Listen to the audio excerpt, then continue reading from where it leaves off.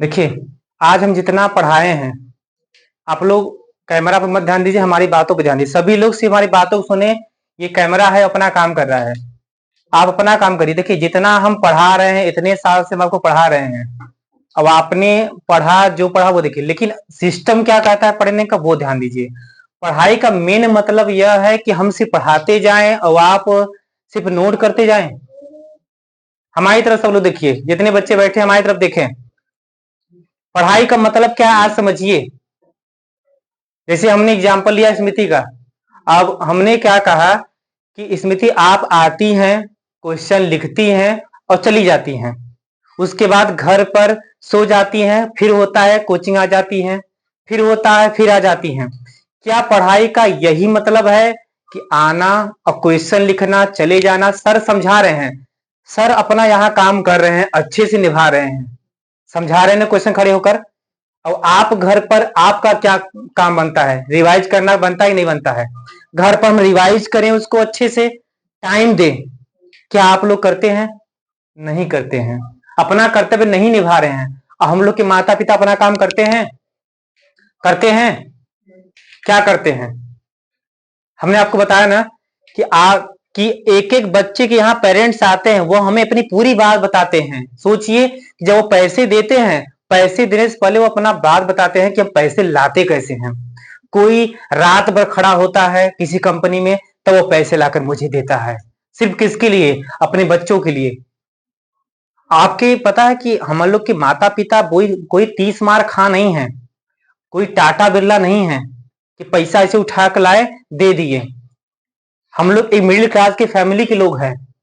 तो हम लोग मिडिल क्लास के फैमिली के लोग हैं, तो हमें क्या करना पड़ता? उस पैसों की अहमियत रखनी पड़ेगी। आपको पता है कि कुछ लोग हैं, कुछ लोग बच्चे हैं, उनके माता पिता ऐसे हैं कि उनके पास पैसा है, पावर है, तो उनको कम मेहनत करना पड़ेगा और वो आगे चले जाएंगे।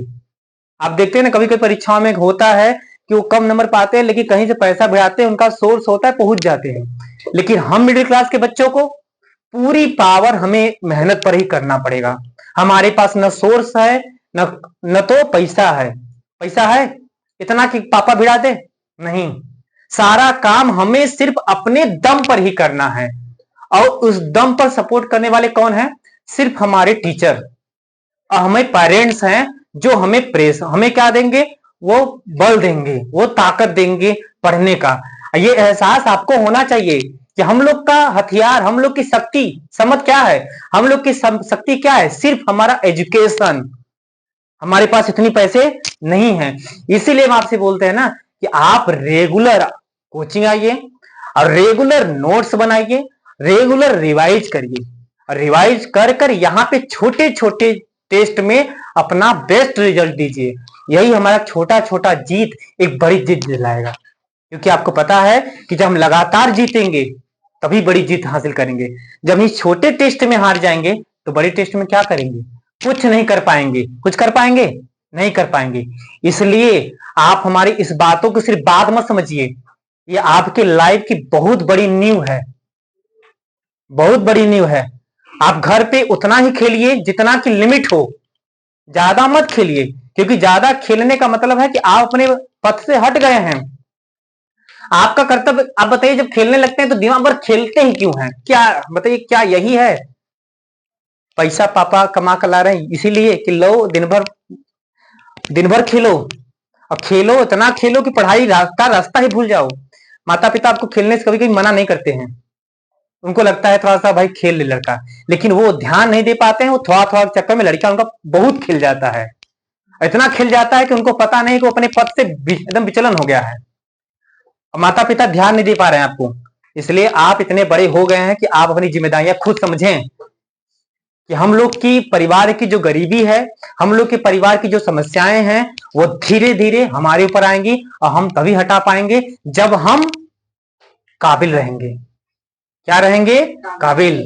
इसलिए हार्दिक हमारी आपका यही आपसे रिक्वेस्ट है कि आप रेगुलर कंसिस्टेंसी के साथ, जिसको बोलते हैं ना एकदम डेली रूटीन के साथ, रेगुलरिटी के साथ अध्ययन करें और रोज करें।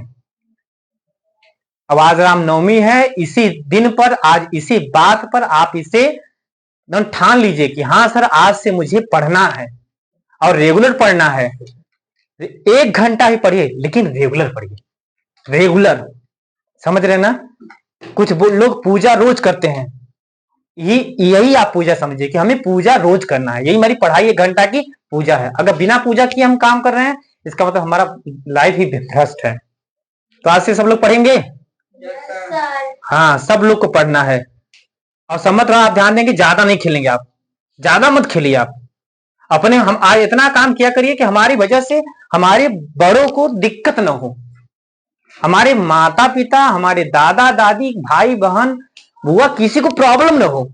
हम सारा काम करेंगे, हमारी वजह से किसी को प्रॉब्लम हो तो हम ऐसा काम ही नहीं करेंगे, रोक देंगे। क्या काम इतना इंपॉर्टेंट है कि हमारे रिश्तों को तोड़ दे रहा है, हमारे पेरेंट्स के, हमारे दादी नजर में हमको बुरा बना दे रहा है, हमेशा इंपॉर्टेंट हमारा खेल है?